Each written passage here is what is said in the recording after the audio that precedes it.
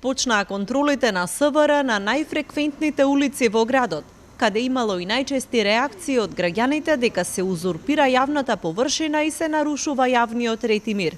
Минатата недела СВР, општината и јавното претпријатие паркиралишта се договорија да почнат со почести контроли, но и казнување за да се реши сообраќајниот хаос, кој е особено изразен во летниот период.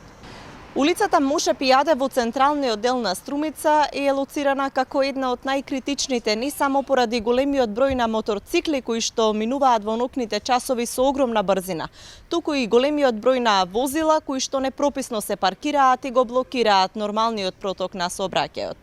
Од СВР велат дека еден од најголемите проблеми е управувањето на мотоцикли од страна на малолетни лица, кои возат без кациги, а освен укор, немаат други механизми да го решат овој проблем. Значи, при контролите има голем број на малолетници кои управуваат моторцикли, односно велосипеди на мотори. Може да кажеме дека во последните години тоа е експанзија на управување на такви, на таква категорија на возачи.